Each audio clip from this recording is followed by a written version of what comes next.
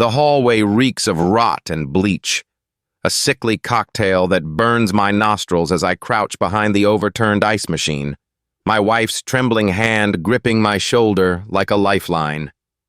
The sound of shuffling feet echoes off the water-stained walls, and I can hear the wet, guttural groans of the infected closing in, their bloated bodies dragging through the flooded carpet, their eyes milky and lifeless, but their hunger sharp. My fingers tighten around the fire extinguisher I've repurposed as a weapon, its weight both comforting and inadequate, and I glance at the half-empty bag of chips tucked in my waistband, a pathetic prize from the vending machine we've been raiding for days. The resort's power died hours ago, plunging us into darkness, and the only light now comes from the emergency exit sign flickering above the stairwell, casting a sickly green glow over the carnage. The sound of waves crashes against the shore, rhythmic and relentless, but it's the hum of the resort's air conditioning that grates on my nerves. The mechanical whirring is a constant, intrusive presence, like the hum of a generator in a war zone. Sarah's hand is warm in mine, her fingers trembling faintly. She tries to smile, but I see the way her lips twitch, the way her eyes dart toward the horizon. The scrape on my forearm throbs, a dull reminder of the chaos we left behind. The respirator hanging loosely around my neck feels heavier than it should, its filter barely holding on. The resort is pristine, the kind of place that makes you feel guilty for existing. The sand is unnaturally white, the water too blue, like someone painted it. The heat presses against my skin, sticky and oppressive, but it's the silence that's worse. No laughter, no chatter, just the distant clink of glasses and the occasional shuffle of footsteps. Sarah pulls me toward the beach, her grip tightening. Her sundress flutters in the breeze, and for a moment she looks like she belongs here, like she's untouched by everything that's happened. But then I see the way she walks, too careful, too deliberate, and I know she's just as broken as I am. The sand shifts beneath my feet, soft and yielding, but every step feels like I'm sinking. My boots are still caked with dirt from the last place, the last fight. I should have changed them, but I didn't have the energy. Sarah stops near the water's edge, her toes barely touching the foam. She stares at the ocean like it's a puzzle she can't solve. I want to say something, to tell her it's okay, that we're safe now, but the words stick in my throat. Safe. The word tastes bitter. The breeze carries the scent of salt and something else, something metallic. I catch myself glancing over my shoulder, my hand instinctively brushing against the sidearm holstered at my hip, one live round. It's not enough, but it's all I've got. Sarah doesn't notice, or maybe she's pretending not to. She crouches down, letting the water lap at her fingers. Her wedding ring glints in the sunlight, a cruel reminder of how everything was supposed to be. "It's beautiful," she says, her voice barely above a whisper. I nod, but I can't bring myself to agree. The beauty feels hollow, like a mask hiding something darker. My skin prickles, and I can't tell if it's the heat or something else. The scrape on my arm stings, a sharp reminder of how fragile we are. I adjust the respirator, the strap digging into my neck. 70%. It's not enough, but it's all I've got. Sarah stands, brushing sand from her hands. She turns to me, her eyes searching mine for something I can't give her. "Let's go inside," she says finally, her voice steady but strained. I nod again, following her toward the resort. The air feels heavier now, the silence more pronounced. The hum of the air conditioning grows louder, grating against my skull. My fingers twitch near the sidearm, the weight of the gun a constant reminder of the danger still lurking. As we step into the lobby, the temperature drops sharply, the cold biting into my skin. The air smells faintly of chlorine, artificial and sterile. The receptionist smiles as we approach, her teeth too white, her eyes too bright. "Welcome to paradise," she says, her voice dripping with false warmth. I force a smile, but it feels wrong, like I'm wearing someone else's face. Sarah takes the keycard, her fingers brushing against mine. Her touch is cold now, her warmth stolen by the chill of the lobby. The elevator doors slide open with a soft ding, and we step inside. The mirror reflects our exhaustion, our bruises, our fear. I look away, focusing on the numbers above the door. The hum of the elevator is worse than the air conditioning, a low, constant drone that makes my head ache. When the doors finally open, the hallway stretches before us, silent and dimly lit. Our footsteps echo, too loud in the stillness. Sarah stops at our door, sliding the keycard into the slot. The light turns green and she pushes the door open. The room is immaculate, the kind of perfection that feels wrong. But it's the sound that stops me cold, a faint scratching like claws against wood coming from the closet. Sarah freezes, her hand tightening on my arm. "Do you hear that?" she whispers, her voice trembling. I nod, my hand instinctively moving to the sidearm. The scratching grows louder, more frantic. My heart pounds in my chest, the taste of metal sharp on my tongue. The respirator feels like it's suffocating me now, its filter barely holding on. The closet door creaks open, just a crack, and the scratching stops. The silence is worse, heavy and oppressive. I step forward, my fingers tightening on the sidearm. One live round. It's not enough, but it's all I've got.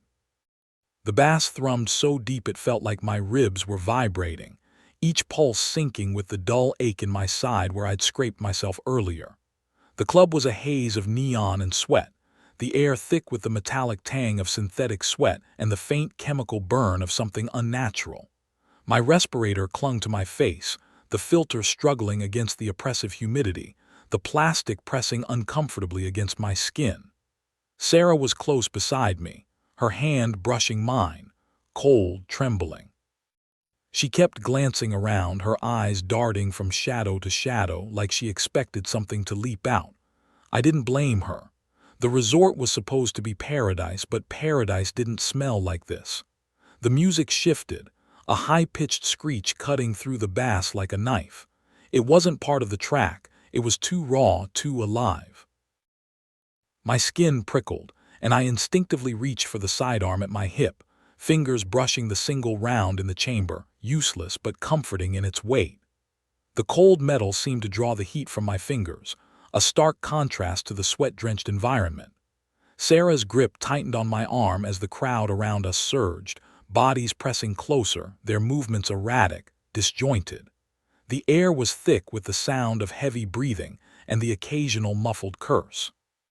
Someone screamed, not a scream of excitement, but something primal, terrified. I turned, trying to see through the sea of bodies, but the lights were too blinding, the shadows too deep. Then I saw him. A man, maybe mid-20s, his face twisted into something unrecognizable. His movements were jerky, unnatural, like his body wasn't his own. His eyes were wide, pupils blown, and there was foam at the corners of his mouth.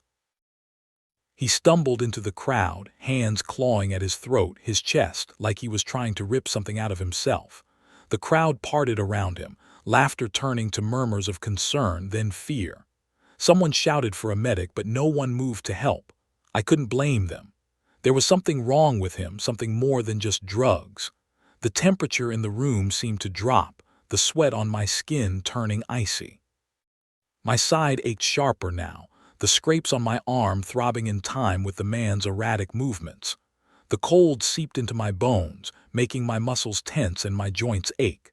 Sarah's breath hitched beside me, and I could feel her trembling intensify. "We need to go," she whispered, her voice barely audible over the music and the growing chaos. I nodded, but before I could move, the man let out a guttural scream that cut through everything. He collapsed to his knees, his body convulsing violently. The crowd recoiled, a wave of panic rippling through the room, the sound of shuffling feet and muffled cries filling the air. And then the lights went out. The darkness was absolute, the music cutting off abruptly, leaving only the sound of panicked voices and the man's wet, choking gasps. My hand found Sarah's in the blackness, her grip like a vice. The air felt heavier now, colder, and the metallic scent was stronger, almost overpowering. My respirator hissed faintly, the filter struggling to draw in the thick, humid air. I could hear footsteps, too many, too fast, and then a crash, glass shattering somewhere to my left. Sarah pulled me back, her breath shallow against my ear. "What's happening?" she whispered, her voice trembling. I didn't answer. I couldn't. The darkness was alive, pressing in from all sides, and the man's gasps had stopped. The silence was worse. Then from somewhere in the void, a low, guttural growl began to rise, building into something inhuman. My sidearm felt heavier than ever, but I knew it wouldn't be enough. Whatever was coming, it wasn't something a single bullet could stop. Sarah's grip tightened, and I could feel her shaking harder now, her fear seeping into me. The growl grew louder, closer, and the air turned colder still, like the room itself was holding its breath. And then the scratching started. It was soft at first, a faint, rhythmic sound like nails on glass. But it grew louder, more insistent, until it was all around us, a cacophony of claws and whispers. The air was thick with the sound, and I could feel the hairs on the back of my neck standing on end. Sarah's grip on my hand was almost painful, her nails digging into my flesh. I could hear her rapid breathing, each exhale a shallow, fearful whisper. The growl turned into a snarl, and the scratching became a relentless, maddening sound. The darkness was suffocating, and the cold was biting, making my muscles ache and my teeth chatter. I couldn't see a thing, but I knew we had to move. "Sarah, we have to find a way out," I whispered, my voice steady despite the fear gripping my heart. She nodded, her hand tight in mine, and we began to move, step by cautious step, through the oppressive blackness. The scratching and snarling followed us, a relentless reminder that we were not alone. Every step was a battle against the cold, the fear, and the unknown. But we had to keep moving, had to find a way out before whatever was coming found us. The bass throbbed through the walls, a relentless, failing heartbeat. It vibrated through my ribs, a constant, maddening hum. Sarah's fingers dug into my arm, her nails sharp even through the thick fabric of my sleeve. The bathroom reeked of spilled vodka and something more sinister, a metallic tang like the residue of a licked battery. The flickering lights cast shadows that danced wrong, jagged, and twisted, as if the walls themselves were alive. A scream shattered the cacophony of the music, cutting through like a blade. It wasn't the drunken, laughing kind. This was raw, primal, the sound of a throat tearing itself open. The collective noise of the crowd shifted, less laughter, more panic, a wave of shuffling feet and choking gasps. Sarah's breath hitched, her body tensing. "Richard," she whispered, but the name was lost in the static of the moment. Something thudded against the stall door. Not a knock, but the heavy impact of a body. The thin metal shuddered, groaning under the weight. The respirator on my face hissed, the filter clogged with a mix of sweat and that chemical stink. The gauge read 65%, but it felt useless, a cruel lie. The scratching began then, not on the door, but from inside the walls. A dry, insistent sound like rats with broken claws. Sarah's grip tightened, her hand cold and trembling. The stall walls were slick with condensation, neon pink from the club lights, but the shadows between them were too dark, too deep, like they were swallowing the light whole. A wet crunch echoed through the stall, followed by the stall door buckling inward. The hinges screamed, a high-pitched, agonized sound. A hand shot through the widening gap, pale, fingers twitching, nails black with a substance that wasn't polish. The wrist bent at an impossible angle, the bone jutting through the skin, a grotesque parody of a human limb. The thing moaned, a guttural, inhuman sound. Not pain, hunger. Sarah made a small, broken sound. The crowd outside had become a living thing, surging, trampling. Glass shattered, the sound mingling with the feedback from the speakers. The bass cut out, replaced by a high-pitched whine, feedback, or a scream, I couldn't tell. The respirator's gauge ticked down to 60%, the air growing thick and acrid. The thing in the stall lunged. I shoved Sarah back, my sidearm already in my hand. One round left. The thing's face was half gone, teeth glistening where the cheek should have been. Its breath smelled like rotting meat and chlorine, a nauseating mix that made my stomach churn. I fired. The sound was deafening in the tight space, a thunderclap that reverberated through my bones. The thing's head snapped back, but it didn't fall. It staggered, then righted itself, the hole in its forehead oozing a thick black liquid. Behind me, Sarah whimpered, her breath coming in ragged, frightened gasps. The walls were moving now, the shadows peeling away like wet paper. More hands, more teeth. The respirator hit 55%. The air burned my lungs, each breath a struggle. The thing lunged again, its eyes wild and hungry. I pushed Sarah further back, my arm aching from the strain. The stall was closing in, the shadows growing thicker, more oppressive. More hands clawed at the walls, more teeth bared in a silent, terrifying chorus. We were trapped, the air growing colder, the darkness deeper. The respirator's gauge continued to tick down, a relentless reminder of our dwindling chances. The thing was closing in, its moans growing louder, more insistent.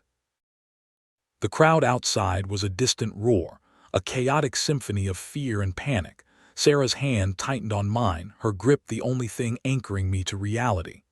The thing in the stall was almost upon us, its eyes glowing with a malevolent light. The air was thick with the scent of decay, and the shadows seemed to reach out, pulling us deeper into the abyss. I took a deep breath, the respirator, hiss a small comfort in the chaos. We were running out of time, out of options. The thing lunged, and I knew this was it.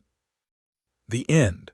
But even in the face of the inevitable, I held on to Sarah, our hands locked together, a small defiance in the face of the overwhelming darkness. The scratching won't stop. It's a relentless, maddening sound, echoing from the walls, the floor, the ceiling, as if something is clawing at the very fabric of the room, desperate to break through. My sidearm feels heavy in my hand, the metal slick with sweat. I know there's only one bullet left, and the weight of that knowledge presses down on me like a stone. Sarah's grip on my arm is a vice, her fingers trembling, each tremor a silent plea for safety. Her breath is shallow, uneven like a bird's, and I can feel her pulse racing through her cold, clammy touch. The room smells of desperation, a metallic and sour tang, the stench of decay seeping in from the hallway, a reminder of the horrors that lurk just beyond our sight. The neon haze outside the window flickers, casting shadows that twist and writhe, alive and malevolent. My head throbs with exhaustion, the pain radiating from my temples down to my shoulders.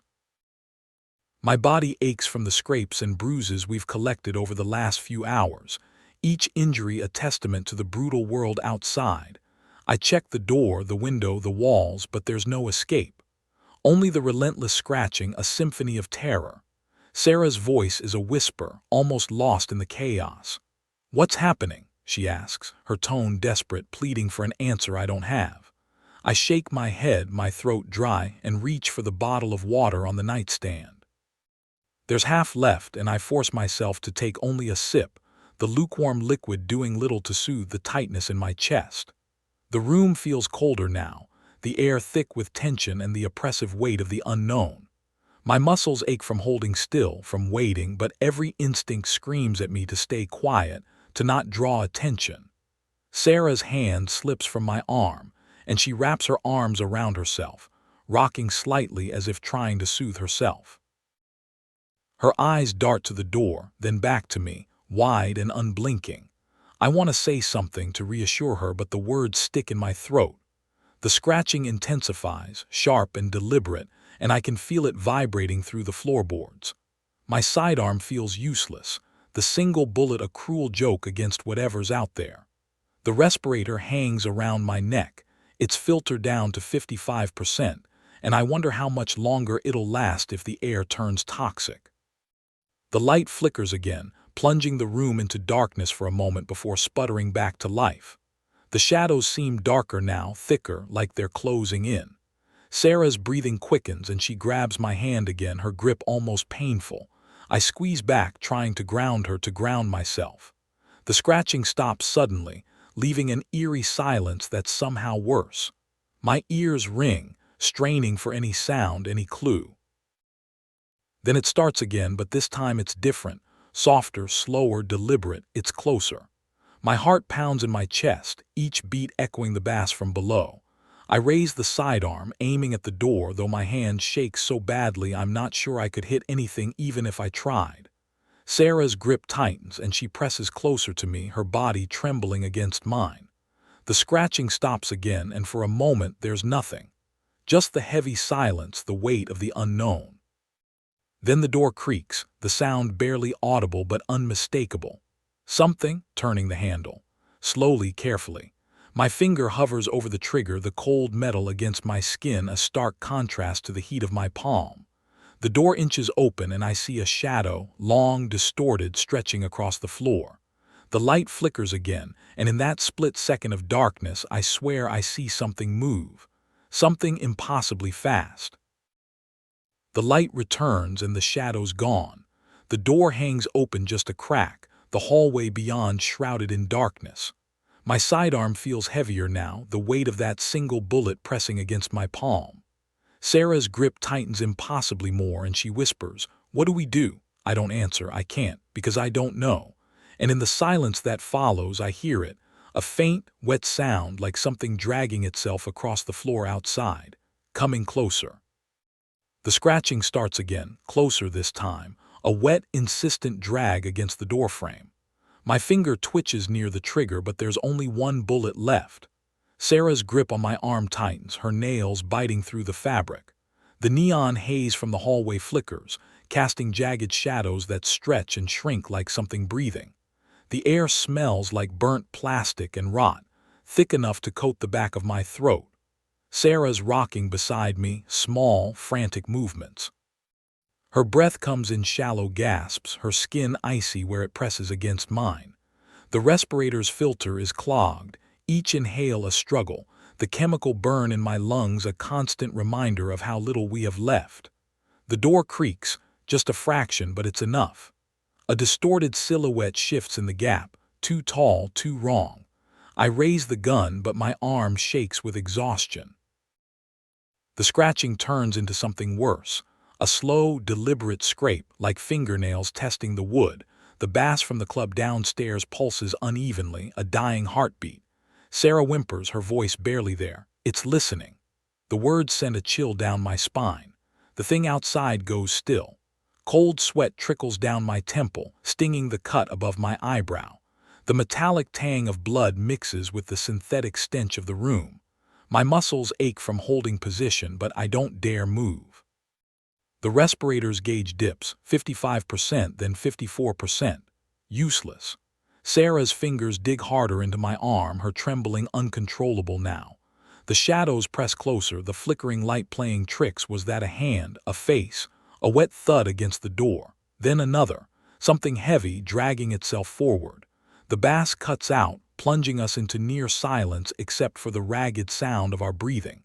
Sarah's pulse races under my fingertips.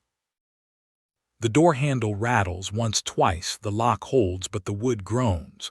Then from the hallway a new sound, footsteps, slow, uneven, not just one. The scratching starts again, frantic now, joined by a low, guttural moan. Sarah's breath hitches. The silhouettes multiply in the gap under the door, shifting, overlapping. The respirator wheezes, 53%. The handle turns all the way. The lock clicks. The scratching begins before I even step fully into the corridor. It's not coming from one direction. It's everywhere, like the walls themselves are alive, clawing at me. The neon lights flicker, casting jagged shadows that seem to move independently, reaching out. Sarah's grip on my arm tightens, her nails digging into my skin even through the fabric. Her breathing is shallow, erratic, like she's trying to keep herself from screaming. The air smells like rust and decay, a nauseating mix that clings to the back of my throat. My respirator feels useless, the filter barely holding on. I check the sidearm again, though I already know there's only one round left. One shot. One mistake. The corridor stretches ahead, narrow and oppressive. The floor is littered with debris, broken glass, shredded paper, something wet and glistening that I don't want to look at too closely. My boots crunch over it, the sound impossibly loud in the suffocating silence between the scratches. The bass from the club still echoes faintly, but it's distorted now, warped into something ominous. It's not music anymore, it's a heartbeat, erratic and fading. I move slowly, every step deliberate, every muscle tense. My body aches from exhaustion, from the scrapes and bruises I've collected over the last hour. The pain is a dull throb, a constant reminder of how vulnerable we are. Sarah stays close, her trembling body pressed against mine. Her hand finds mine, cold and clammy, and I squeeze it, more for my own reassurance than hers. The cold seeps through my gloves, making my fingers feel numb and unresponsive. The first body comes into view, slumped against the wall. A man, maybe in his 30s, his face pale and waxy. His eyes are open, staring at nothing. His shirt is torn, dark stains spreading across the fabric. I don't need to get closer to know he's dead. The smell is worse here, thicker, heavier. I swallow hard, forcing myself to keep moving. The air seems to grow colder, the chill seeping into my bones. The scratching grows louder, more frantic. It's closer now, but I can't tell where it's coming from. The shadows shift, flickering with the dying neon, and for a moment I think I see movement, something slipping just out of sight. My hand tightens on the sidearm, my finger hovering over the trigger. I don't want to fire. Not yet. Not unless I have to. Sarah's breathing hitches and I feel her freeze beside me. Her eyes are fixed on something ahead and I follow her gaze. Another body, this one sprawled in the middle of the corridor. A woman, her arm twisted at an unnatural angle. Her mouth is open as if she died mid-scream. The wet sound I heard earlier, it's here, pooling around her, dark and viscous. My stomach churns, but I can't look away. The cold seems to intensify, a draft cutting through the stifling air, making my teeth chatter. The temperature drops suddenly, a cold draft cutting through the stifling air. It raises the hairs on the back of my neck, sends a shiver down my spine. The scratching stops, replaced by a low, guttural moan. It's not human, or at least not anymore. It's coming from behind us. I turn slowly, my muscles aching with the effort. The corridor behind us is dark, the shadows thickening, closing in. The creaking of a door echoes faintly, and I see it, the handle turning, the lock clicking. Something coming through. Sarah's grip on my hand becomes almost painful, her nails digging in. She's rocking slightly, a quiet whimper escaping her lips. I want to reassure her, but I can't find the words. The door creaks open wider and the moan grows louder, more insistent. I raise the sidearm, aiming at the darkness, but my hand shakes. One shot, one mistake. The shadows shift and I see it, a distorted silhouette, hunched and unnatural, moving toward us. The neon flickers and for a moment I see its face. Hollow eyes, skin stretched tight, mouth twisted into a grotesque grin. The temperature drops again, so cold it burns. My breath fogs in the air and the pain in my body sharpens like ice spreading through my veins. The thing takes a step closer and I realize there's more than one. The shadows behind it are moving, multiplying, closing in. Sarah's whimper turns into a choked sob and I feel her body go rigid beside me. The door creaks again, louder this time, and the moans echo, overlapping, growing into a cacophony of hunger and rage. The cold is relentless, seeping deeper, making every movement a struggle. My muscles protest with every step, the pain in my sidearm hand radiating up my arm.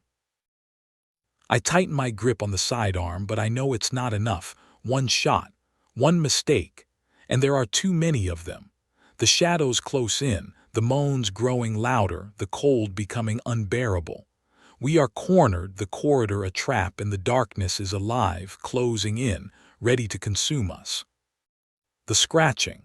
It's relentless, a wet, scraping sound that burrows deep into my skull, echoing through the hollows of my mind.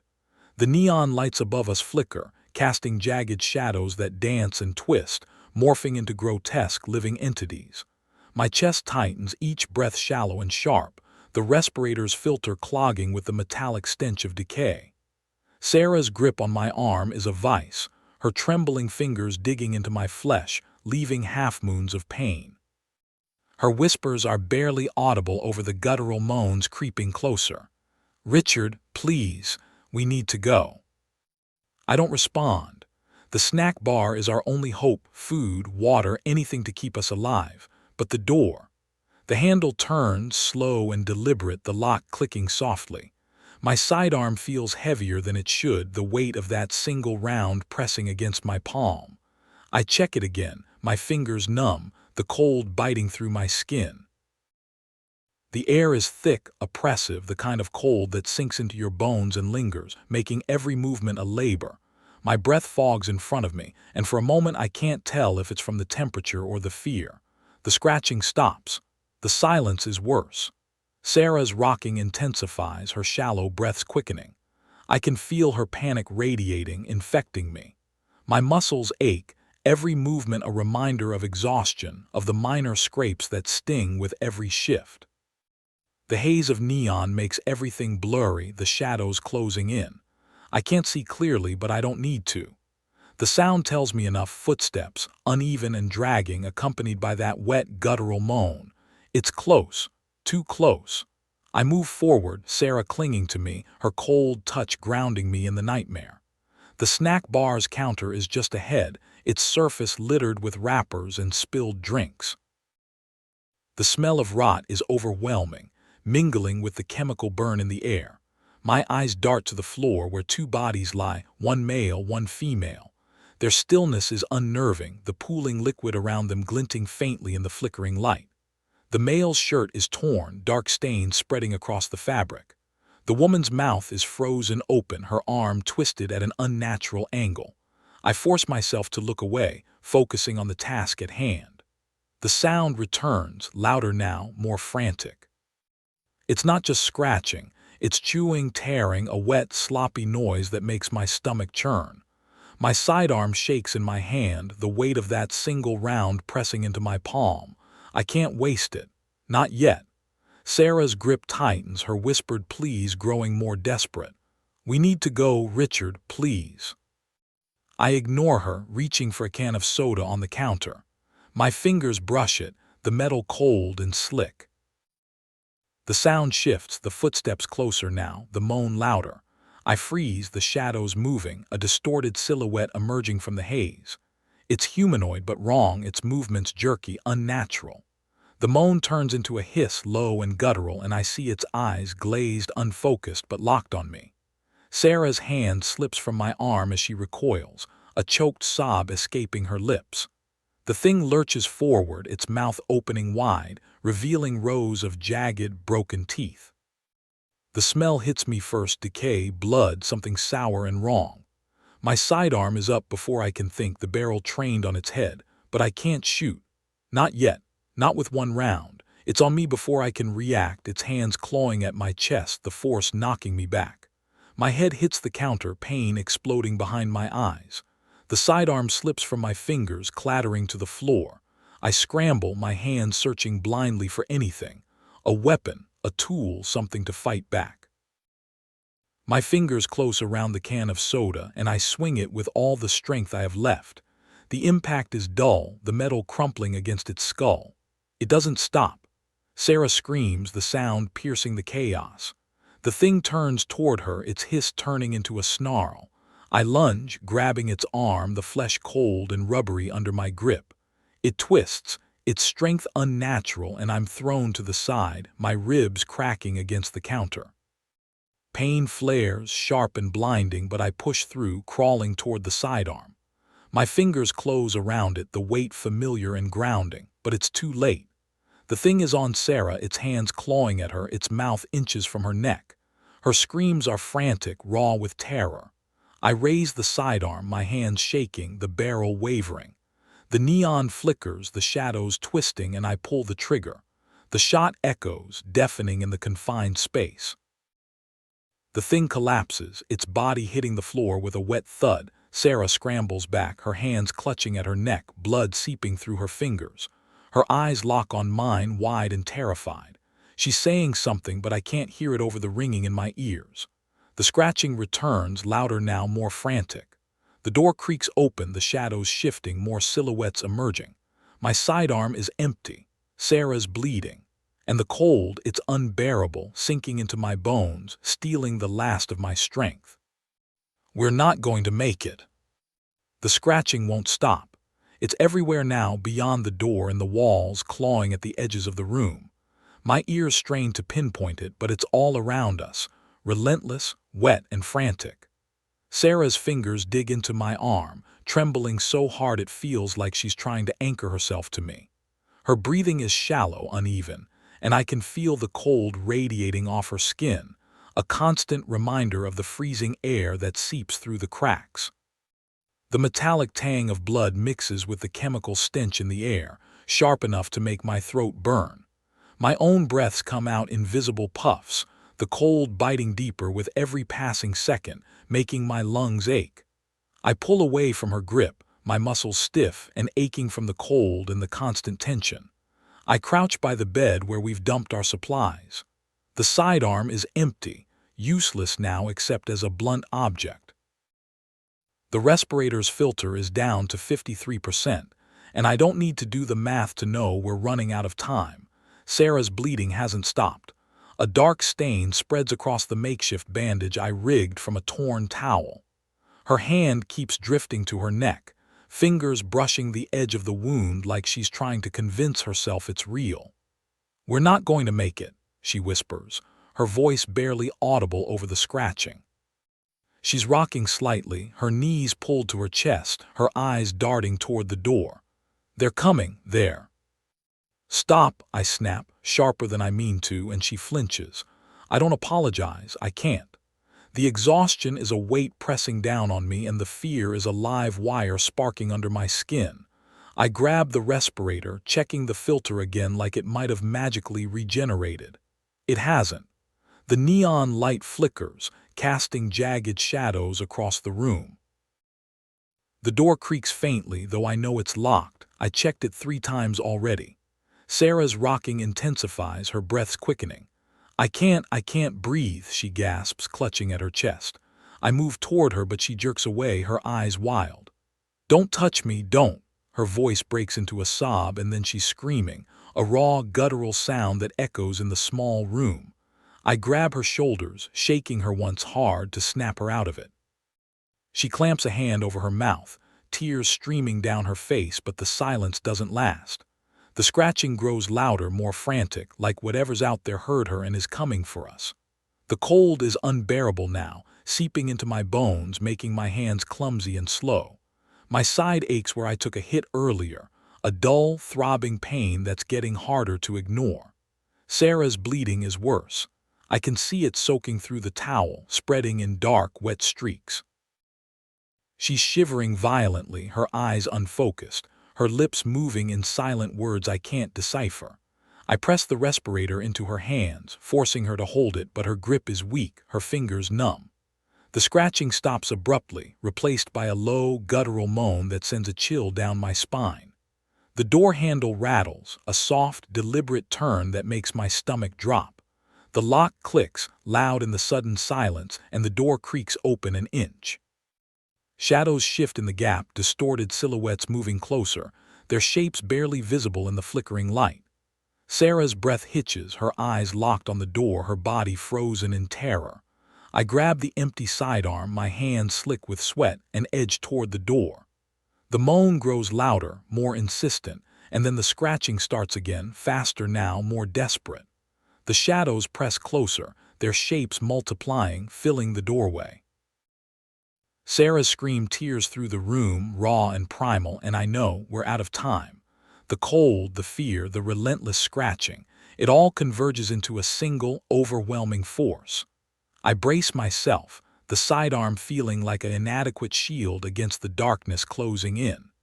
The door creaks open wider, and the room is filled with the sound of their approach, the cold air growing thicker, more suffocating. The scratching is louder now, frantic, wet, like fingernails clawing through flesh instead of wood. It's everywhere, below, above, behind, and I can't pinpoint the source. I press my back against the cold balcony railing, the metal biting into my skin, sending shivers up my spine. My sidearm is useless in my trembling hand, the slide locked back on an empty chamber. The air is piercing, razor-sharp, cutting through my thin shirt, fogging my breath. My ribs ache where I took a hit earlier, and my hands sting from the scrapes of crawling through debris. Sarah's grip on my arm is vice-like, her nails digging into my skin, her breathing shallow and panicked. The metallic tang of blood clings to her, sharp and nauseating. The neon haze flickers, casting distorted silhouettes across the balcony. Shadows shift and multiply, crawling closer like a tide. The guttural moans rise, mingling with the frantic scratching, a cacophony of dread that pushes against my skull. I glance over my shoulder, down into the darkness below. Figures emerge from the shadows, stumbling, dragging themselves forward, their movements jerky and unnatural. The stench of decay grows stronger, mingling with the chemical burn of the air, making my eyes water. I fumble with my respirator, checking the filter, 53%. It won't last long. Sarah rocks beside me, her whispers barely audible over the chaos. "We can't stay here," she says, her voice trembling. "They're coming. They're coming." Her hand clutches at her chest, gasping for air, the blood soaking her shirt dark and glistening in the flickering light. I try to calm her, but my own fear is a knot in my throat, choking any words of reassurance. The scratching grows louder, closer, relentless. I can't tell if it's in my head or outside anymore. The cold bites deeper, numbing my fingers, making it harder to grip the sidearm. My body screams for rest, but I can't stop moving, can't stop scanning the darkness for threats. The radio crackles faintly in my pocket, static breaking through the silence. I pull it out, holding it close to my ear. Faint voices, urgent, fragmented. "Evacuate immediately," the signal cuts out, swallowed by static. I clutch the radio tighter, as if it can anchor me to something, anything, but it's just another dead end. Sarah's grip tightens, her nails breaking skin. "Please," she whispers, her voice cracking. "Don't let them take me." Her words slice through me, sharper than the cold. I can't promise her anything. The shadows are closing in, the moans growing louder, the scratching relentless. I can feel them, feel their presence like a weight pressing down on my chest. My sidearm is useless, my body exhausted, my mind fraying at the edges. Then, a sound, sharp, sudden, a creak of wood, the balcony door. I spin around, my breath catching in my throat. The handle turns slowly, deliberately. The lock clicks open. The door creaks inward, revealing a figure silhouetted against the darkness. Its movements are jerky, unnatural, its head tilted at an impossible angle. The stench of decay floods the balcony, overwhelming, suffocating. Sarah screams, a raw, primal sound that echoes in my ears. I grab her arm, pulling her toward the edge of the balcony, but her grip falters. She stumbles, her hand clutching at her neck, blood pouring through her fingers. Her eyes meet mine, wide with terror, pleading. "Run," she gasps, her voice barely audible. The figure lurches forward, its guttural moan drowning out her words. I freeze, torn between staying and fleeing, my body refusing to move. The cold seeps deeper, numbing my thoughts, my instincts. The scratching grows louder, closer. The figure steps into the flickering light, its face pale, waxy, its mouth open in a silent scream. Sarah collapses, her body crumpling to the floor, her blood pooling around her. The figure lunges, its movements fast, inhuman. I stumble back, my sidearm useless, my body screaming in protest. The balcony railing digs into my back, the drop below a black abyss. The scratching is everywhere now, inside my head, outside, relentless. The cold is unbearable, the stench suffocating. The figure reaches for me, its fingers clawing at the air. I can't move, can't breathe. Sarah's lifeless body lies at my feet, her blood soaking into the floor. The figure lunges, its guttural moan filling the air. And then, the balcony gives way. The scratching grew louder, a relentless cacophony clawing at the edges of my mind. It wasn't just one source anymore, it was everywhere, echoing off the walls, crawling up my spine. Sarah clutched my arm, her fingers icy and trembling. Her breath hitched in shallow, ragged gasps, each one wet and labored. The metallic tang of blood clung to her, mingling with the chemical burn in the air. I could feel her weight leaning into me, heavier with every step. Her wound was bleeding more now, seeping through the makeshift bandage, the fabric dark and soaked. The cold pressed in, sharp and biting, fogging our breaths as we moved through the lobby. Each exhale was a cloud of frost, a stark reminder of how exposed we were. The neon haze flickered above us, casting jagged shadows that danced and twisted. The shadows seemed alive, shifting and reaching, as if they had a will of their own. Figures emerged from the darkness, distorted silhouettes multiplying at the edges of my vision. I couldn't tell if they were real or just the exhaustion playing tricks on me. The footsteps, those were real. Slow, deliberate, circling us. The guttural moans joined the cacophony, low and wet, like something drowning in its own throat. My sidearm was empty, but I kept it raised anyway, my fingers numb around the grip. The respirator was at 53%, the filter struggling against the thickening air. Every breath felt like inhaling razors, the air thick and heavy, making my lungs burn. The lobby was a graveyard of broken furniture and shattered glass. The bodies lay where they fell, their pale, waxy skin gleaming in the neon light. The man in his 30s, his shirt torn and stained, stared blankly at the ceiling. The woman beside him, her mouth frozen in a silent scream, her arm twisted at an unnatural angle. The viscous liquid pooling around them reflected the flickering light, a sickly sheen that made my stomach churn. The smell of decay was overwhelming, mingling with the metallic tang of blood and the acrid burn of chemicals. Sarah's whisper was barely audible over the chaos. "We're not going to make it, are we?" Her voice broke, trembling with fear. I didn't answer. I couldn't. The truth was clawing at the back of my throat, but I swallowed it down. Her grip tightened, her nails digging into my arm. She rocked slightly, swaying like she was trying to calm herself, but it only made her seem more fragile. Her neck was slick with blood, the bandage soaked through. I could feel her pulse racing against my skin, frantic and erratic. The scratching intensified, frantic and relentless. It was closer now, just beyond the edge of the shadows. The door creaked open, the handle turning slowly.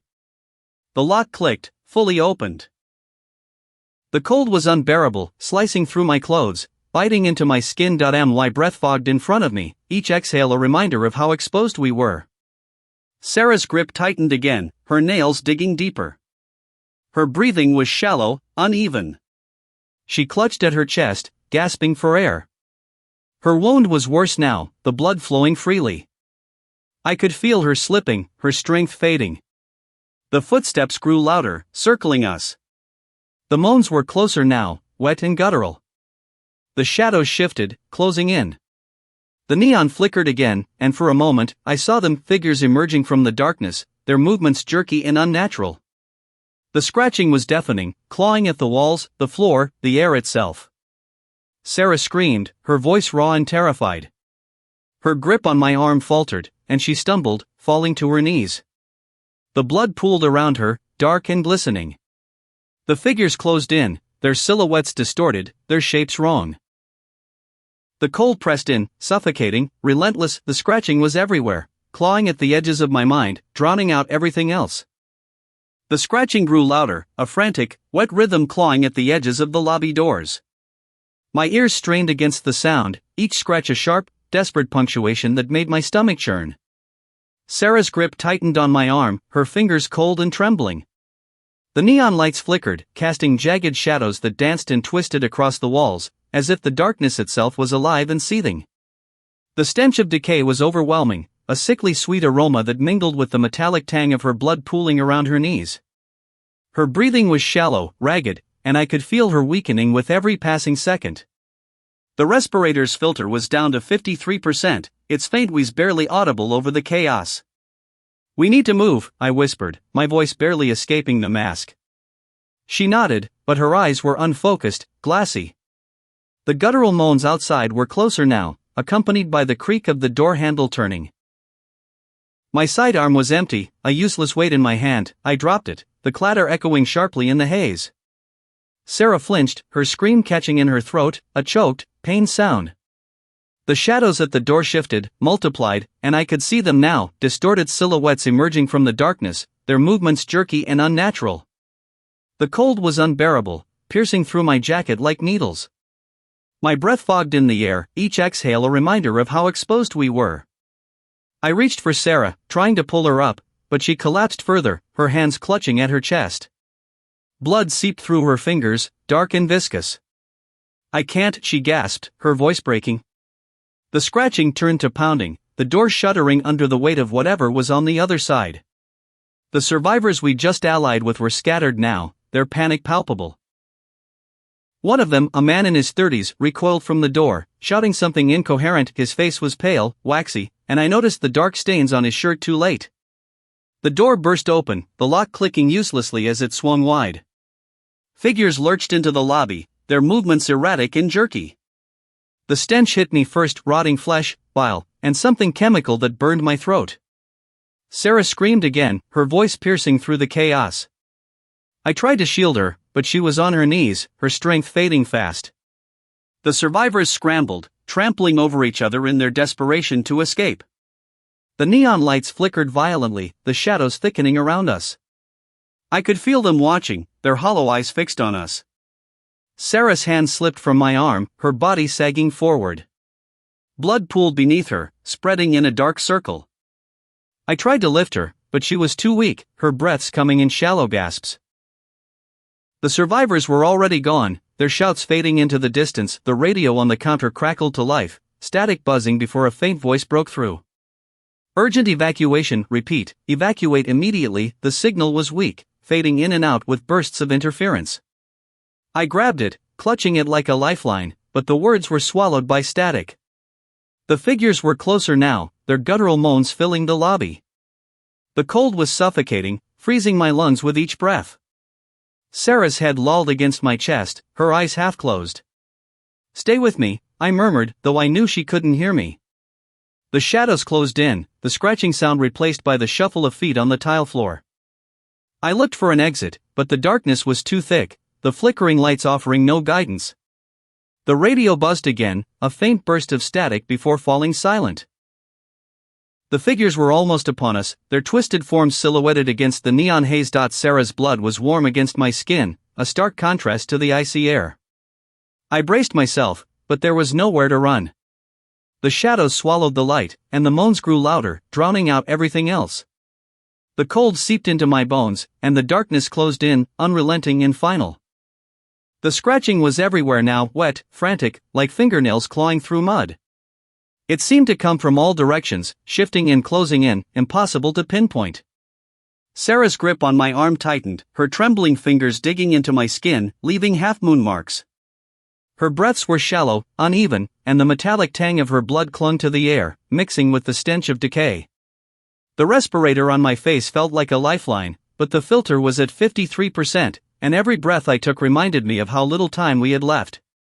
The cold was unbearable, piercing through my clothes, making my injuries throb with each step. My sidearm was empty, a useless weight at my side, but I kept it there, as if its presence could somehow protect us. We moved through the flooded resort grounds, the water rising to our shins, icy and stagnant. Neon lights flickered above, casting erratic shadows that danced across the walls, distorting the shapes around us. Every shadow looked like it could move, like it could reach out and grab us. Sarah stumbled, her boots slipping on the slick tiles beneath the water. I caught her just before she fell, but she winced, her hand clutching at her neck where the blood seeped through her fingers. Her skin was cold, pale, and her eyes were half closed, struggling to stay focused. "Keep moving," I whispered, though my voice sounded foreign, strained. She nodded weakly, but her steps were sluggish, her body leaning heavily against mine. The guttural moans grew louder, echoing through the corridors, and I could hear footsteps, slow, deliberate, circling somewhere in the darkness ahead. My chest tightened, and I forced myself to breathe slowly, to keep my panic in check. The radio crackled faintly in my pocket, the static barely audible over the chaos. I pulled it out, adjusting the frequency, hoping for a signal, a direction. The last message was fragmented, urgent evacuate immediately, but the signal was fading, intermittent bursts of static that offered no guidance. I clenched my jaw, shoving the radio back into my pocket, my fingers brushing against the empty magazine of my sidearm. Useless. Sarah's breathing grew shallower, her steps faltering more frequently. Her blood dripped into the water, spreading in faint ribbons that disappeared almost instantly. The smell of it was overwhelming, mingling with the stench of rotting flesh and bile. The scratching grew louder, closer, and I could hear it now, the rhythmic, wet sound of something dragging itself through the water. My muscles tensed, every instinct screaming at me to run, but Sarah was slowing us down, her strength fading with every step. Her hand slipped from my arm, and she collapsed to her knees, the water rising to her waist. Her eyes met mine, wide and terrified, and she whispered something I couldn't hear over the growing noise. I crouched beside her, my hands gripping her shoulders, trying to pull her up, but she was too weak. Her body slumped against mine, her head resting on my chest, her breaths shallow and uneven. The footsteps were closer now, the moans louder, more guttural. I glanced over my shoulder, and the dread settled deep in my chest. Emerging from the shadows were figures, distorted silhouettes, their movements jerky, unnatural. Their eyes glinted in the flickering neon light, and the stench of decay hit me like a wave. Sarah's grip on my arm tightened briefly before slipping away entirely, her body going limp. Her blood pooled around us, spreading in the water, and I knew there was nothing I could do to stop it. The figures closed in, their guttural moans growing louder, more frenzied. The scratching was deafening now, relentless, and I could feel it in my chest, vibrating through my bones. The cold was suffocating, the pain from my injuries sharp and unrelenting. The radio crackled faintly in my pocket, the static fading into silence. I looked down at Sarah, her eyes half closed, her body limp in my arms, and I knew I had to move, to leave her behind. The figures were almost upon us, their distorted silhouettes looming in the darkness, and the dread settled deep in my chest, heavy and unshakable. The cold seeped into my bones, the pain from my injuries a constant reminder of my vulnerability. I knew I had to act, but the weight of Sarah's body and the relentless sounds around me made it nearly impossible to move. The figures were getting closer, and I could see the whites of their eyes in the flickering light. I had to make a decision, and I knew it would be the hardest one I would ever make. The scratching was everywhere, a relentless symphony that echoed through the bungalow. Not just at the door anymore, inside the walls, under the floorboards, clawing at the edges of my sanity. Sarah's grip on my arm tightened, her fingers icy even through my sleeve. Her breath came in shallow gasps, each one a wet rattle that made my stomach twist. The bungalow was supposed to be safe, a temporary shelter, but the air was thick with the stench of decay, a metallic tang of blood mixing with bile. The neon lights outside flickered violently, casting jagged shadows that danced across the room like predators circling prey. "Richard," she whispered, her voice trembling, barely audible over the cacophony of scratching. I can't. I didn't answer. My sidearm was empty, a useless weight at my side.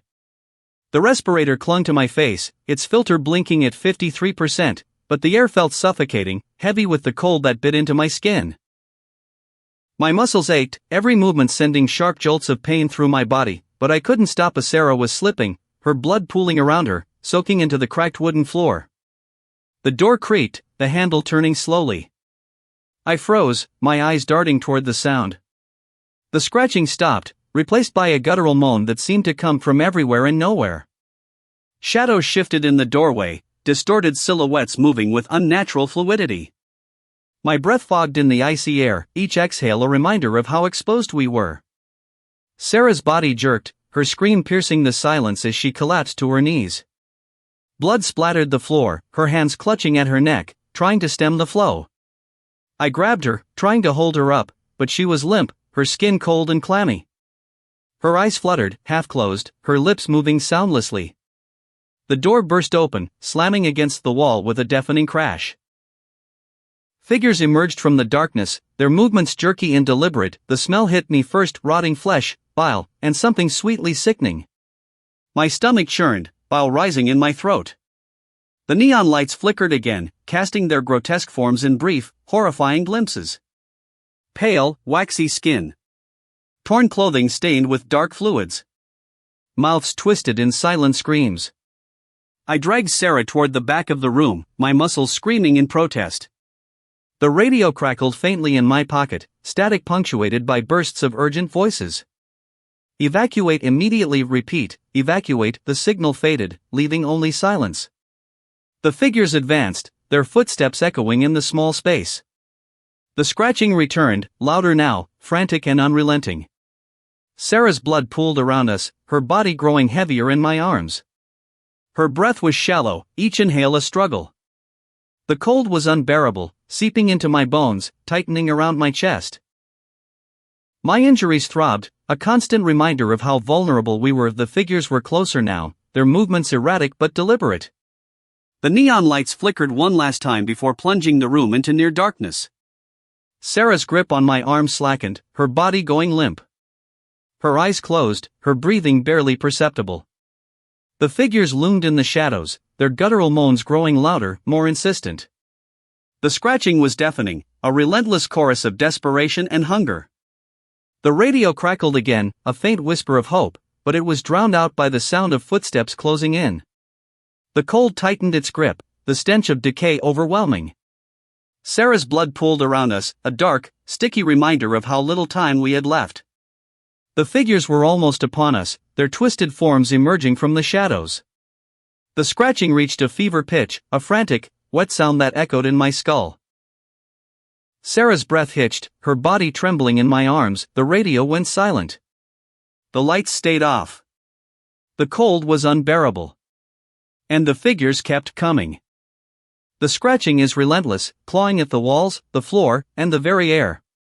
It's not just outside anymore, it's inside me, crawling under my skin, burrowing deep. My respirator hisses, the filter burning through its last fumes, but I can't focus on that. Sarah's hand clutches my arm, her fingers icy and trembling. Her breath is shallow, ragged, and I can feel her weight leaning into me, her body slipping.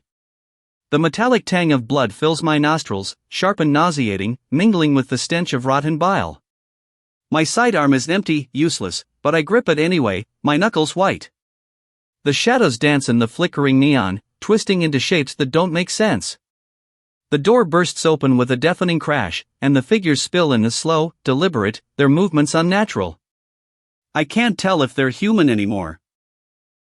Their guttural moans echo in the small space, bouncing off the walls until it feels like the sound is inside my skull. I pull Sarah closer, her body shaking against mine. She whispers something, but I can't make it out over the chaos. Her voice is thin, fragile, like it's already slipping away. I move us toward the corner, dragging her with me, her legs barely able to support her. Her blood seeps through my sleeve, warm and sticky, pooling around her as she collapses to her knees. Her fingers dig into my arm, desperate, but her grip weakens with every passing second. I crouch beside her, trying to keep her upright, but her head lolls forward, her eyes half closed. The cold is unbearable now, biting through my clothes, making my injuries ache. My muscles scream with every movement, but I can't stop. Not yet. The figures are closer now, their footsteps slow and deliberate, scraping against the floor. The scratching intensifies, frantic and relentless, like they're clawing at the edges of my sanity. My respirator beeps a low, insistent alarm, but I can't spare the focus to check it. Sarah's breathing is shallow, uneven, and I can feel her slipping away. Her blood is everywhere, dark and pooling beneath her, soaking into the floorboards. I fumble for the radio, my fingers clumsy with cold and exhaustion, but it's just static, fading in and out. The last message is garbled, indistinct, and I curse under my breath. The cold presses in closer, suffocating, and I can see my breath fogging in the air. The figures are almost upon us now, their silhouettes distorted in the flickering light. Sarah's hand slips from my arm, her body going limp against me. Her whisper is barely audible, a plea or a goodbye, I can't tell. My sidearm is useless, but I raise it anyway, my arm trembling with fatigue. The scratching reaches a fever pitch, deafening, overwhelming, and I know we're out of time. The figures loom closer, their movements jerky and unnatural, and I brace myself for what comes next. But before I can react, a new sound cuts through the chaos, a low, guttural growl, deeper and more menacing than anything I've heard before. It's coming from behind me, and I freeze. The cold intensifies, wrapping around me like a vice, and I can feel something moving in the shadows, something worse than the figures ahead. Sarah's breath hitches, shallow and weak, and I know we're trapped. The growl grows louder, closer, and I tighten my grip on the useless sidearm, my mind racing for a way out that doesn't exist.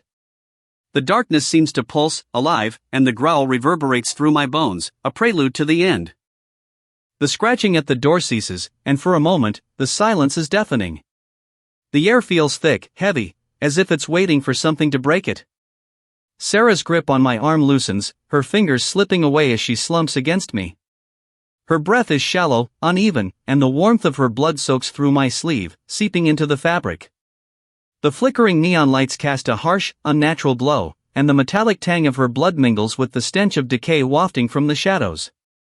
The respirator's filter hums weakly at 53%, doing little to mask the rot. "Don't," she whispers, her voice barely audible. Her head lolls against my shoulder, her body limp. I don't answer. I can't. The cold bites at my skin, sharp and unforgiving, and my own breath fogs in front of me. My sidearm is empty, a useless weight at my hip, but I keep my hand on it anyway. The door creaks, and I freeze. The scratching starts again, frantic, wet, like claws dragging across the wood. My muscles tense, pain flaring in my ribs from earlier scrapes. The sound grows louder, closer, until it's deafening, overwhelming. I don't wait for the door to burst open again. I grab Sarah's wrist, her skin cold and clammy, and haul her up. She gasps, a wet, gurgling sound, and I swear I feel her blood pooling around my boots. The neon flickers violently, casting jagged shadows that seem to move on their own. The scratching stops abruptly, replaced by a low, guttural growl from behind. The medical center isn't far. I repeat that to myself as I drag Sarah forward, her weight slowing me down. The cold grows sharper, biting into my lungs with every breath. My ribs ache, a dull throb that sharpens with every step. The shadows shift, and I catch glimpses of figures moving unnatural, jerking motions that make my stomach churn. The resort's main path is deserted, but the silence is a lie. The scratching starts again, echoing from somewhere to my left. I tighten my grip on Sarah, her blood slick against my palm. She's slipping, her legs buckling, and I have to stop to prop her up. Her breath hitches, and I can feel her trembling, her body fighting to stay conscious. The medical center looms ahead, its glass doors shattered, shards glittering in the dim light. The smell hits me first, chemical burn, decay, and something sweet, sickly. I step inside, the crunch of glass loud in the oppressive silence. The cold is worse here, suffocating, and my breath fogs thickly in front of me. The reception desk is overturned, files scattered across the floor. A body, male, 30s, pale and waxy, lies slumped against the wall, his shirt torn and stained. I step around him, my boots sticking to the sticky floor. Sarah's grip tightens briefly, her nails digging into my arm, but she's fading fast. The supply room is at the back. I move quickly, ignoring the pain in my ribs, the cold seeping into my bones. The scratching follows, louder now, frantic. I push open the supply room door, the hinges creaking loudly. The shelves are half empty, but I spot bandages, antiseptic, gauze. I lower Sarah to the floor, her body limp, her breath shallow. Her neck is a mess of torn flesh, blood pooling beneath her. I grab the supplies, my hands trembling, and start to work. The scratching grows louder, closer, and I freeze. A low growl echoes from the hallway, and the scratching stops. The cold intensifies, sharp and piercing, and I feel my breath hitch. The door creaks open slowly, and I can't move. Sarah's eyes flutter open briefly, her lips parting as if to speak, but no sound comes out. Her grip on my arm loosens, her hand slipping away. The growl grows louder, deeper, and I feel something larger, more menacing lurking just beyond the door. The scratching starts again, frantic and wet, and I know I'm out of time. The scratching grows louder, wetter, frantic, a sound that claws at the edges of my sanity. Sarah's hand trembles in mine, cold and slick with blood. Her breaths are shallow, uneven, each one a struggle against the weight pressing down on her chest. The air around us is thick with the stench of decay, a chemical burn lingering in the back of my throat. I can feel the cold seeping into my bones, sharp and unrelenting, making my muscles ache with every movement. The neon lights flicker violently, casting erratic shadows that twist and writhe like living things. I crouch beside her, my own body protesting with every shift. My sidearm is empty, useless, but I keep it clutched in my hand anyway. The respirator on my face feels heavier now, the filter down to 53%. Each breath is a reminder of how little time we have left. Sarah's neck is a mess of torn flesh, blood pooling beneath her, staining the floor.